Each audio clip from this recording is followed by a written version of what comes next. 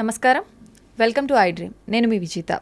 ప్రస్తుతం మనతో పాటు ఉన్నారు ఇస్కాన్ టెంపుల్ నుంచి ప్రణవానంద ప్రభుజీ గారు. ప్రభుజీ ఎప్పుడు మనతో మాట్లాడినా కూడా ఎన్నో మంచి మంచి విషయాలను, కృష్ణుడికి సంబంధించిన విషయాల గురించి అయితే ఏంటి, కృష్ణ లీలల గురించి అయితే ఏంటి, ఆధ్యాత్మిక మార్గంలో మనం వెళుతున్నప్పుడు ఎటువంటి నియమాలు పాటించాల్సి ఉంటుంది, అసలు ఆధ్యాత్మిక మార్గంలో ఎందుకు వెళ్లాల్సి ఉంటుంది, ఇలాంటి ఆసక్తికర విషయాలన్నింటినీ మనకు తెలియజేస్తూనే ఉంటారు. ఇప్పుడు ప్రభుజీతో మాట్లాడి మరిన్ని మంచి మంచి విషయాల గురించి అడిగి తెలుసుకుందాం. హరే కృష్ణ ప్రభుజీ. హరే కృష్ణ ప్రభుజీ. భగవంతుడి అనుగ్రహం అనేది ఇప్పుడు మామూలుగా చెప్తుంటారు కదా ప్రభుజీ, మగవారు ఇంట్లో యజమాని చేసే పూజ వల్ల ఎక్కువ ఫలితం ఉంటుంది, కుటుంబానికి మొత్తం చెందుతుంది. ఆడవారు చేసే పూజా ఫలితం అనేది తనకొక్కతి మాత్రమే చెందుతుంది అని చెప్తుంటారు. ఇది నిజమేనా ప్రభుజీ? ఒకవేళ ఇది హస్బెండ్ చేసే పుణ్యంలో 50% భార్యకి చెందుతుంది. భార్య చేసే పుణ్యంలో నయా పైసా హస్బెండ్కి రాదు. హస్బెండ్ చేసే పాపంలో 50% భార్య చేసే పాపంలో 50% హస్బెండ్కి చెందుతుంది. హస్బెండ్ చేసే పాపంలో నయా పైసా భార్యకి రాదు. ఓకే. కాబట్టి ఇలా చూసుకుంటే ladies are more fortunate in one sense. కాబట్టి యజమాని ఎందుకు జాగ్రత్తగా నువ్వు ధార్మికంగా ఉండాలి అని చెప్తున్నారంటే, ఎందుకంటే వాడే ఎక్కువ ట్రిత్లో ఉన్నాడనమాట. వాడు చేసిన దానికి చేయని దానికి అనుభవించాల్సింది వాడే, కాబట్టి జాగ్రత్తగా ఉండు అని చెప్పేది. కాబట్టి మనం ఆరాధన అంటే ఏదో ఇప్పుడు చాలా మంది ఆడవాళ్ళు పూజ చేయాలి, మగవాళ్ళు పూజ చేయకూడదు, మగవాడేమో కాఫీ తాగుతూ పేపర్ చదువుతూ కూర్చుంటాడు అనమాట. అది కాదండి. ఫస్ట్ మగవాడి బాధ్యత. మీకు విషయం చెప్పాలా, వైదిక ధర్మంలో వంట కూడా మగవాళ్ళే చేసేవాళ్ళు, ఆరాధన కూడా మగవాళ్ళే చేసేవాళ్ళు. మీకు విషయం చెప్తాను, కొన్ని సంవత్సరాల క్రితం కానీ మనం వెళితే చరిత్రలో బయట ఇల్లు ఊడ్చి తూడ్చి ముగ్గులేయటం కూడా మగవాళ్ళే చేసేవాళ్ళు. మరి ఇప్పుడు ఎందుకు లేదు ప్రభుజీ ఆచారం? మీరు ఉంటే బాగుండేది కదా. కానీ ఇట్ ఈస్ నాట్ ఆడవాళ్ళ పని పూజ అనే నోషన్ ఫస్ట్ పోవాలి. ఆరాధన అంటే అయితే మగవాడే చేయాలా? కాదు, అందరు కలిసి ఆరాధన చేయాలి. ఎలా అందరూ కలిసి ఆరాధన చేస్తారు అని అంటే, ఎవరైతే ఇంటి యజమాని ఉన్నారో ఆయన భగవంతుడి యొక్క ఆరాధన చేస్తూ ఉంటారు. మరి ఇంట్లో ఉండే స్త్రీలు ఏం చేస్తారు? వాళ్ళు చక్కగా భగవంతుడికి నైవేద్యములు తయారు చేసి, భగవంతుడికి పూలమాలలు తయారు చేసి, భగవంతుడికి వస్త్రాలు కుట్టి వీళ్ళు ఆ సేవని సమర్పణ చేస్తారు. పిల్లలు ఏం చేస్తారు? బయటికి వెళ్ళి పూలు, తులసి ఇవన్నీ పట్టుకొని వస్తారు. ఏదైనా రూమ్లో ఆ నాన్నకి అమ్మకి, అమ్మ అక్కడ వంట చేసి ఇక్కడికి వచ్చి అందించి భగవంతుడికి నివేదన చేయడానికి ఇస్తూ ఉంటారు. కాబట్టి పరివారం అంతా కలిసి పూజలో పాల్గొంటుంది అనమాట. కాబట్టి ఆరాధన ఎవరు చేయాలి అనే విషయానికి వస్తే, ఇంట్లో ఉండే పురుషులే ఆరాధన చేయాలి అని శాస్త్రం చెప్తుంది. అలానే పురుషులు ఒక్కడి ఆరాధన చేసేసి ఇంకా భార్య ఏం చేయాల్సిన అవసరం లేదా అంటే, అందరు కలిసి ఆరాధన. ఒక్కొక్కరికి ఒక్కొక్క బాధ్యత. ఒకళ్ళు నైవేద్యం తయారు చేయటం, ఒక పూలమాలలు తయారు చేయటం, చందనం తీయటం, పూలు తేవటం, పుష్పాలు చేయటం, తులసి పదాలు చేయటం, లాస్ట్కి సమర్పణ చేసుకోవటం. అందరు కలిసి చేస్తే అది ఆరాధన అవుతుంది. అందుకే ఆ family that praise together stays together అని అంటారు. అది చాలా ముఖ్యం. You should pray together. ఒకడు వెళ్ళిపోయి పూజ చేసుకొని వెళ్ళిపోతాడు, దాని తర్వాత ఇంకొకరు వెళ్ళి పూజ చేసుకొని వెళ్ళిపోతారు. అలా కాదు, everybody should together do it అనమాట. అది ముఖ్యం. ప్రభుజీ, కుటుంబ పరిస్థితులను బట్టి సంసార జీవితంలో కొట్టుమిట్టాడుతూ ఉంటారు కొంతమంది. అటువంటి వారు అసలు భక్తి మార్గంలో నడవటం కానీ, దైవారాధన కానీ ఏమీ ఉండవు. మరి వాళ్ళు ముక్తి పొందే మార్గం ఏమైనా ఉంటుందా? ఎవరు కొట్టుమిట్టాడు అన్నాడు సంసార జీవితంలో? ఎవరైనా పీక పట్టుకొని నువ్వు కొట్టుమిట్టాడు సంసారంలో అని చెప్పారా? అది మన చాయిస్. మనం దేనికి సమయం ఇవ్వాలి అని అనుకుంటే దానికి సమయం ఇస్తామండి. మనకి ఏది ప్రియారిటీ, నాకేది ముఖ్యం అంటే దానికి సమయం ఉంటుంది కదండి. ఇప్పుడు చూడండి, బిజీ మేము చాలా బిజీ, మాకు జపం చేయడానికి టైం లేదు, మేము గుడికి వెళ్ళలేము అనేవాడు ఇలా వాట్సాప్ స్టేటస్ చూసుకుంటూ ఉంటాడు అనమాట. అందరి మొత్తం కాంటాక్ట్లో ఉన్న వాళ్ళందరివి చూస్తూ ఉంటాడు. మరి వాట్సాప్ స్టేటస్ చూడడానికి ఉన్నాయి, ఫ్యామిలీ గ్రూప్లో వచ్చే అక్కర్లేని చెత్త వీడియోలు అన్నీ చూడడానికి టైం ఉన్నాయి, కానీ ఒక 10 నిమిషాలు కూర్చొని నామ జపం చేయడానికి టైం లేదంటారు. కాబట్టి ఇది జస్ట్ అన్ ఎక్స్క్యూజ్. ఎవ్వరు కూడా ఈ ప్రపంచంలో నాకు టైం లేదు అని చెప్పలేరు. టైం లేదు అని అంటే నీ ప్రియారిటీస్ రాంగ్. నీకు ఈ జీవితంలో ఈ శరీరానికి ఎంతైతే ఇస్తున్నావా నువ్వు, అంతే నీ ఆత్మకు కూడా ఇవ్వాలి అని నీకు తెలిసినప్పుడు, దాన్ని ప్రియారిటీగా పెట్టుకున్నప్పుడు సమయం ఏర్పడుతుంది తప్పకుండా. కాబట్టి ఎవ్వరూ మనల్ని ఫోర్స్ చేయట్లేదండి కొట్టుమిట్టాడు సంసారంలో అని. మనమే కాంప్లికేటెడ్గా చేసుకుంటున్నాం. కాబట్టి మనకి ఈ జ్ఞానం వస్తే దీనివల్ల ఏం ప్రయోజనం లేదు.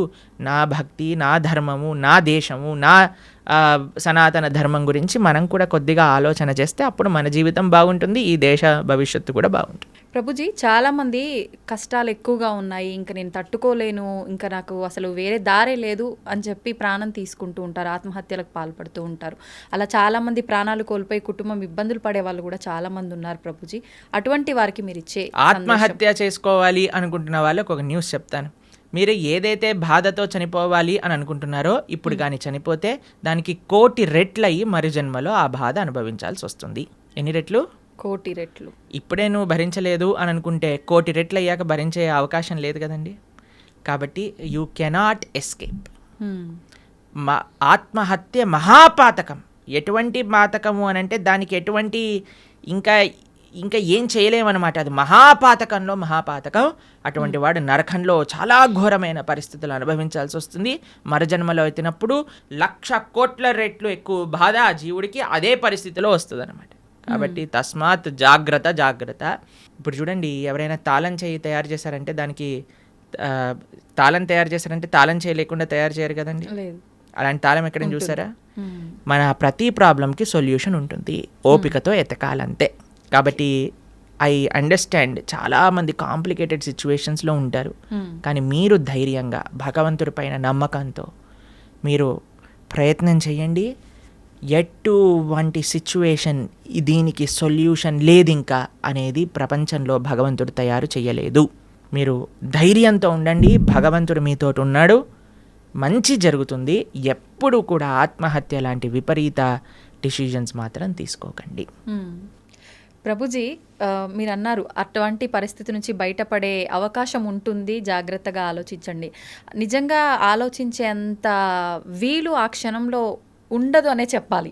నిజంగా మనం అంటే వద్దు, మనం ఇలాంటి ఎందుకు లేదు అని అంటే, ఎందుకంటే పిల్లలకి మనం చెప్పట్లేదు కాబట్టి. పిల్లలకి మనం జీవితంలో నుంచి సక్సెస్ ఫస్ట్ రావాలి, 90% ఎక్స్ట్రా, ఐఐటి సీట్ కావాలి, మెడిసిన్లో సీట్ కొట్టాలి. ఎవరైనా చెప్తున్నారా ఏం పర్వాలేదు నాన్న, నువ్వు ఫోటోగ్రఫీ చేసినా పర్వాలేదు, నువ్వు యాంకర్ అయినా పర్వాలేదు అని చెప్తారా పిల్లలకి ఎవరైనా? లేదు. చదువు పైన, లేదా మీరు బ్రహ్మచారి అయినా పర్వాలేదు, నువ్వు సన్యాసి అయినా పర్వాలేదు, నువ్వు ఏదైనా పర్వాలేదు, గొప్పవాడు వాళ్ళు ఆనందంగా ఉండాలని చెప్తారా? ఇవి అసలే డబ్బులు సంపాదన చేయాలి. డబ్బులు సంపాదిస్తే మంచి భార్య వస్తుంది, మంచి భార్య వస్తే మంచి కట్నం వస్తుంది, మంచి కట్నం వస్తే మంచి విలాసంగా ఉంటారు. దీంతో పిల్లల్ని పెంచామనుకోండి, వాడికి ఇది అయిపోతే నా జీవితం ఫెయిల్యూర్ కదా. ఇవన్నీ మనము మన సమాజాన్ని ఇచ్చే రాంగ్ ఎక్స్పోజర్స్, అక్కర్లేని చెత్త అంతా కూడా నెత్తిలో పెట్టుకోవటం వల్ల వచ్చే అనవసరమైన చెత్త ఆలోచనలు తప్ప ఇవన్నీ ఎవరికి. మీరు చూడండి, సూసైడ్ చేసుకునే వాళ్ళని మీరు కానీ చూసారనుకోండి, అనవసరమైన పిల్లలైతే అసలు అనవసరమైన విషయాలకి. అవును, మార్కులు తక్కువ వస్తాయేమో అని ఒక ఆవిడ సూసైడ్ చేసుకుందట, మార్కులు వచ్చాక ఫస్ట్ ర్యాంక్ వచ్చిందట. ఇలాంటి కేసులు విన్నారా? Love failure. అలాంటి లవ్ ఫెయిలియర్ వాళ్ళందరినీ నాకే అనిపిస్తుంది వీళ్ళు నిజంగా చచ్చిపోయే వాళ్ళని కాదు, వీళ్ళని నిజంగా తల్లిదండ్రులే బాగా గుణపాఠం నేర్పించాలని. చిన్న చిన్న పిల్లలండి, 10th క్లాస్ పిల్లలు, ఇంటర్మీడియట్ చదివే వాళ్ళు, ఇంజనీరింగ్ చేసేవాళ్ళు. వాళ్ళకి డబ్బులన్నీ ఎందుకు పిల్లలకి ఎందుకు పంపిస్తున్నామండి? మనం ఏమన్నా లవ్వులలో ఉండమని పంపిస్తున్నారా, లేదా బాధ్యతాయుతంగా చదువుకొని ముందుకెళ్ళాలని పంపిస్తున్నారా? అవును ప్రభుజీ, చదువుకో. కాబట్టి ఇవన్నీ ఎందుకు పిల్లల లోపలికి ఈ ప్రేమ, ఈ ఇన్సెక్యూరిటీస్, ఇవన్నీ ఎందుకు వచ్చాయి అని అంటే మనకుండే రాంగ్ ఎక్స్పోజర్. సినిమాలు, సీరియళ్ళు, ఎక్కడ పడితే అక్కడ చెత్త కదండి మనం చూసేది. ఆ చెత్త అంతా ఉన్నప్పుడు చెత్త ఆలోచనలే వస్తాయి. దాన్ని ఇంగ్లీష్లో good in good out, bad in bad out principle అంటారట. Good in good out. మనకి ఏదైతే మంచి ఆలోచనలు ఉన్నాయో, మంచి ఆలోచనలు కానీ, మంచి దృశ్యాలు కానీ, మంచి సాంగత్యం కానీ మనకు ఉందనుకోండి, మంచి ఆలోచనలు వస్తాయి. ఏ కష్టం వచ్చినా సరే, అయ్యా ఏదో ఒక కష్టం ఉన్నా సరే తండ్రి, it is common for everybody, కాబట్టి బయటకు వస్తాయి. ఎందుకంటే సినిమాలలో కష్టాలు చూపించరు కదండి. సినిమాలలో ఏం చూపిస్తారు? అంతే శుభం శుభం హ్యాపీ కార్డ్ వేసేస్తారు అనమాట లాస్ట్కి. హి లివ్డ్ హ్యాపీలీ ఫర్ ఎవర్. కానీ తర్వాత తెలుస్తుంది పెళ్ళి అయ్యాక సార్ నిజాం బాధలు స్టార్ట్ అవుతాయని పెళ్ళిళ్ళలో సినిమాలలో చూపిస్తారా? వాడు ఏదో ప్రేమ ఇది చేసేసుకుంటాడు, తర్వాత లాస్ట్కి విలన్ తోటి ఫైటింగ్ అయిపోతుంది, ఇద్దరు పెళ్లి చేసుకుంటారు, హ్యాపీ అయిపోతుంది. పెళ్ళి అయ్యాక ముందుంది ముసల పండగ, అది తెలియదు కదా వీడికి. అవును. కాబట్టి మనం అన్ని మంచి మంచి విషయాలు, అందుకే ఇప్పుడు చాలాసార్లు మేము ఎప్పుడైనా ఇన్స్టాగ్రామ్లో చూసామనుకోండి, real life and real life అని పంపిస్తుంటారు. రియల్ లైఫ్ అంతా బాగానే ఉంటుందండి, అందరూ కూడా మీరు స్క్రీన్ పైన చూసి అది చేస్తూ ఇది చేస్తూ వాళ్ళు ఇంత వీళ్ళు ఇంత అని. కానీ ప్రతి ఒక్కళ్ళ జీవితంలో బాధలు ఉన్నాయి, ఇది ఫస్ట్ అర్థం చేసుకోవాలి. మనకొక్కడికే బాధ ఉంది, ప్రపంచం అంతా ఆనందంగా బ్రతుకుతున్నారు అనే అపోహ నుంచి బయటికి రావాలి. ఈ అపోహ ఫస్ట్ మనకు ఉండకూడదు. అందరూ బాగున్నారు, నేను ఒక్కనే బాధపడుతున్నా, అది కాదయ్యా. అందరూ నువ్వు బయటికి వెళ్ళినప్పుడు ఎలా అయితే ఆనందంగా నటిస్తున్నావో అందరూ అలానే నటిస్తున్నారు. ఎవడు బాగున్నాడు అని అంటే ఎవరైతే మన శుద్ధి అహంకారంతో భగవంతుడిని ఆశ్రయించిన వాడు తప్ప మిగతా వాళ్ళందరూ బాధల్లో ఉన్నారు. ఇది 110% సత్యం. ఎక్కడ సైన్ చేయమన్నా మేము సైన్ చేసి ఇస్తాం, ఎందుకంటే ఇది శాస్త్రవాక్కు. సవై పుంసాం పరోధర్మో యతో భక్తిర్ అదోక్షచే అహైతుకి అప్రతిహత ఏ ఆత్మ సుప్రదీయతే. ప్రశాంతత కావాలి అంటే భగవంతుని ఆశ్రయించాలి. There is no other way out. ప్రభుజీ, ఒకసారి ఆత్మ శరీరాన్ని విడిచి వెళ్ళిన తర్వాత మళ్ళీ ఎంత కాలం పడుతుంది మళ్ళీ ఒక జీవిలో రావటానికి? ప్రాణం అంటే ఏమంటారు, అది ఒక కస్టమైజ్డ్ ప్రాసెస్ అన్నమాట. అది ఎవరికి ఎంతసేపు వాడు నరకంలో ఉంటాడో, ఎంతసేపు స్వర్గంలో ఉంటారో, ఎంత తొందరగా, అవన్నీ ఇంకా మనం చెప్పలేము. చాలా కాంప్లికేటెడ్ కర్మ సిద్ధాంతం అంటే. దానికి ఏం స్పెసిఫిక్ పారామీటర్స్ లేవు. మనతోటి అయినప్పుడే మనకు తెలుస్తుంది ఎన్ని రోజులు ఉన్నాం, మనం ఎక్కడ ఉన్నాం అనేది.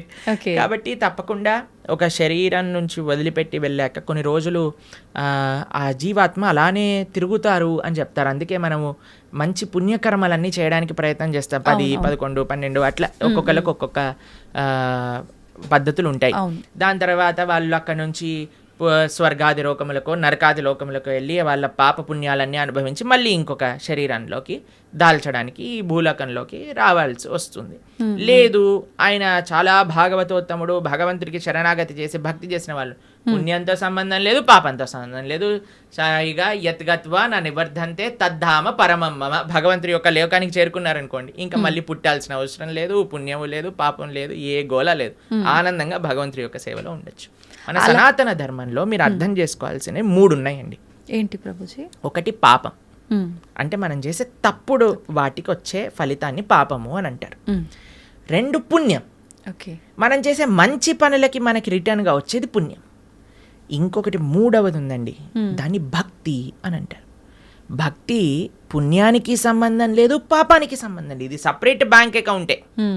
ఎప్పుడైతే మనం ప్రేమతో భగవంతుడిని ఆశ్రయిస్తామో అది పుణ్యం కాదు, అది భక్తి సుకృతి అంటారు, భక్తోన్ముఖ సుకృతి అని అంటారు.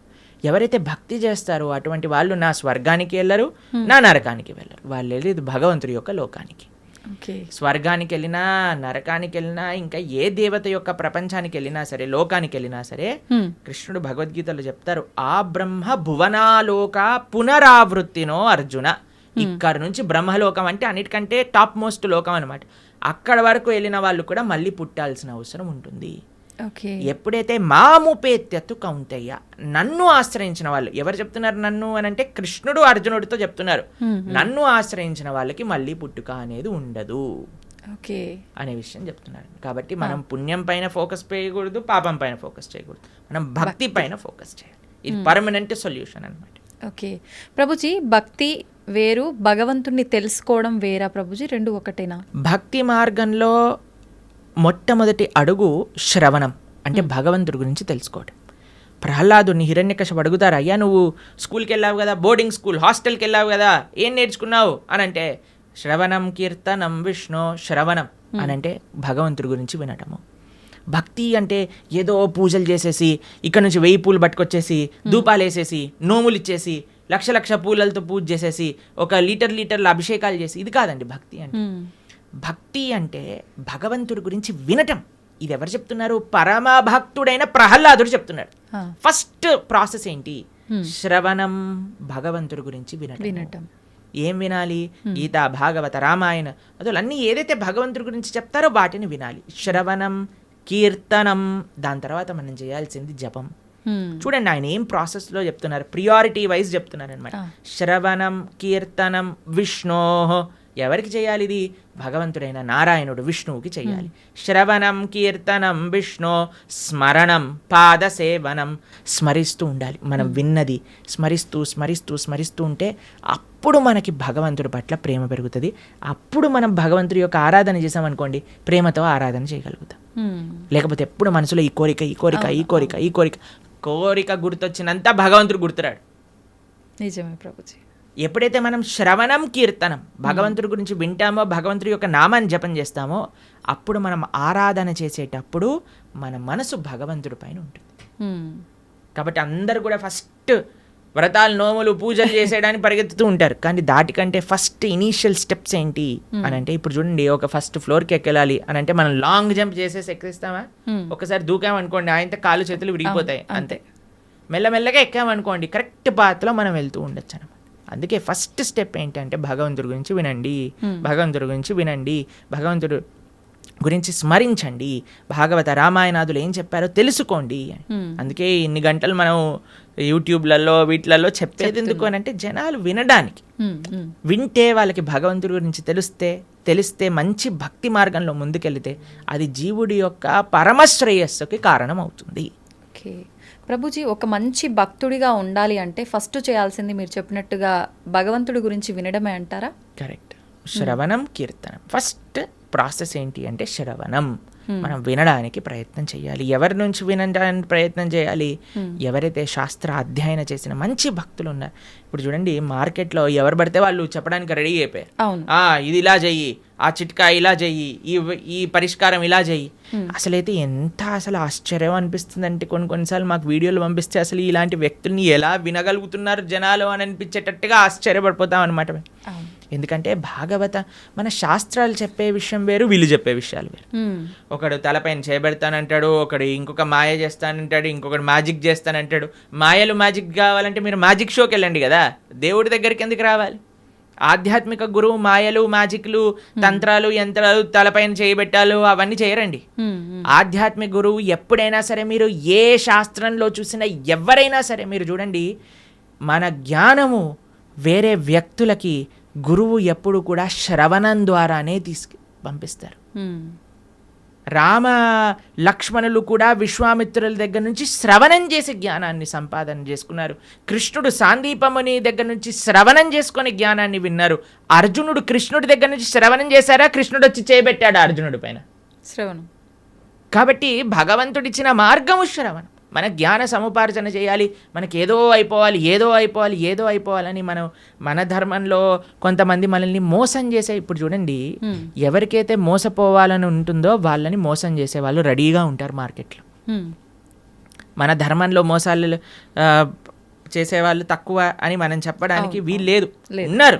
ఎందుకంటే మనకి ఆ మోసపోయే ప్రవృత్తి ఉన్నది కాబట్టి. ఇది కాకుండా ఇతర మతాల వాళ్ళైతే ఇంకా పీక్స్కి వెళ్ళిపోయారనమాట. వాళ్ళు చేసే మోసాలు కానీ, వాళ్ళు చేసే యాక్టింగ్లు కానీ, వాళ్ళు చేయించే డ్రామాలు కానీ చూస్తే అసలు ఎందుకు ఇంతమంది అక్కడ ఉంటున్నారంటే, అసలు మీరు చూడండి, మేము ఆ వీడియో చూసినప్పుడు మాకు పంపిస్తుంటారనమాట జనాలు, ఇలా ఇలా ఇలా ఇలా వీళ్ళు చేస్తున్నారు ప్రభుజీ, పాస్టర్లు వీళ్ళు అని చూస్తున్నప్పుడైతే మాకు అనిపిస్తుంది, ఎవడైనా బుర్రున్నవాడు అసలు ఈ సభకి వెళ్తాడా? అసలు వీక్షిస్తాడా? వేలాది మంది అక్కడ కూర్చొని వీక్షిస్తున్నారు అంటే వీళ్ళందరూ మోసపోవడానికి రెడీగా ఉన్న వాళ్ళనే కాబట్టే కదండి మోసం చేస్తుంది. వాడు ఇంటికి వెళ్ళాక అనుకుంటాడు, అసలు వీళ్ళు ఎంత మూర్ఖులు, అసలు ఎలాంటి వ్యక్తులు వీళ్ళు, నేను చేసే యాక్టింగ్లకి చప్పట్లు కొట్టటాలు, అరవటాలు, ఇలాంటి వాళ్ళు ఉన్నంత వరకు మోసాలు ఆపలేమండి. మన లోపల ఒక జాగరూకం కావాలి. నేను శాస్త్రాన్ని నమ్ముతా, భగవంతుడి యొక్క తత్వాన్ని అధ్యయనం చేస్తా, కానీ మ్యాజిక్ల వల్ల, ఏమంటాం, మీరు చేతులు పెట్టడాల వల్ల, ఏవో సృష్టించటం వల్ల, ఏదో మన జీవితంలో ఏదో మంచి జరిగిపోవటం వల్ల, దానివల్ల ఏది వచ్చే ప్రయోజనం లేదండి. ఈరోజు మంచి జరుగుతుంది, రేపేం జరుగుతుంది? జీవుడి యొక్క పరమశ్రేయస్సు భగవంతుడి గురించి తెలుసుకోవటం. అందుకే మేము ఎక్కడికి వెళ్ళినా మొత్తుకునేది ఒకటే విషయం, ఇవన్నీ యొక్క ట్రాప్లో పడకండి. మన మానవ జన్మ ఎన్నో సంవత్సరాల తర్వాత మనకి రేర్గా దొరికిన ఈ అవకాశాన్ని మంచి మార్గంలో ఉపయోగించుకోండి అనే మేము అందరం ప్రార్థన చేస్తూ ఉంటాం అందరికీ కూడా. ఎందుకంటే మాకు అనిపించేది ఏంటి అంటే, పాపం ఇలాంటి వాళ్ళ ట్రాప్లలో పడేవాళ్ళు చెడ్డవాళ్ళు కాదండి. భగవంతుడి గురించి తెలుసుకోవాలి అనుకుంటే కదా వాళ్ళు ఇలాంటి బాబాల దగ్గరికి లేదా ఇలాంటి వ్యక్తుల దగ్గరికి వెళ్ళేది. కానీ మేము అనుకునేది ఏంటి అంటే, మంచి మార్గం కానీ వాళ్ళు తెలుసుకోగలిగితే వాళ్ళ జీవితం పండిపోతుంది. మన శాస్త్రం ఏం చెప్తుంది తెలుసా? ఇలాంటి చెడు వ్యక్తుల వల్ల వెళ్ళే వాళ్ళ పరిస్థితి ఎలా ఉంటుందట అంటే, సగం మింగిన కప్పలాగా ఉంటుందట. పాము ఒక పెద్ద కప్పని పట్టేసుకుంటుంది. ఎంత పెద్దగా ఉంటుందంటే ఆ కప్ప లోపలికి మింగలేదు, బయటికి వదలలేదు. అలాంటి పరిస్థితులు చిక్కుకుపోతారు. కాబట్టి మీ అందరికీ మేము చేసే ప్రార్థన ఏంటి అంటే, ఎవరైతే శాస్త్రాన్ని అధ్యయనం చేశారో, శాస్త్రపరంగా శాస్త్రసమ్మతంగా మాట్లాడతారో, ఎవరైతే వైదిక సనాతన ధర్మాన్ని ఆచరిస్తూ ఉన్నారో, ఇప్పుడు ఏంటంటే అండి, కలియుగంలో ఎంతోమంది దేవుళ్ళని మ్యానుఫ్యాక్చర్ అయిపోయారు. ఎక్కడ చూసినా వీడి దేవుడు అంటాడు, వాడి దేవుడు అంటాడు, అందరినీ దేవుళ్ళు అనటం ప్రారంభం చేశాం. కానీ ఒక్క విషయం, భగవంతుడు అనేవారు ఎవరైనా ఉంటే అది వేదములు ప్రతిపాదన చేసిన వారు మాత్రమే. కాబట్టి శాస్త్రీయంగా ఎవరైతే ప్రామాణికంగా దైవము అని చెప్పారో వాళ్ళ గురించి తెలుసుకోవటం శ్రేయస్సు. ఆ శాస్త్రీయమైన గ్రంథాలను అధ్యయనం చేయడం శ్రేయస్సు. కానీ మొన్న ఒక 50 సంవత్సరాల ముందో 70 సంవత్సరాల ముందో పుట్టిన గ్రంథాలని మనం చదవాల్సిన అవసరం లేదు. మనం చదవాల్సిన ఏదైనా వాంగ్మయం ఉంటే అది వ్యాసుడిచ్చిన వాంగ్మయం మాత్రమే. అది చాలా ముఖ్యం. ఓకే, హరే కృష్ణ. ధన్యవాదాలు ప్రభుజీ, మంచి విషయాలు తెలియజేశారు.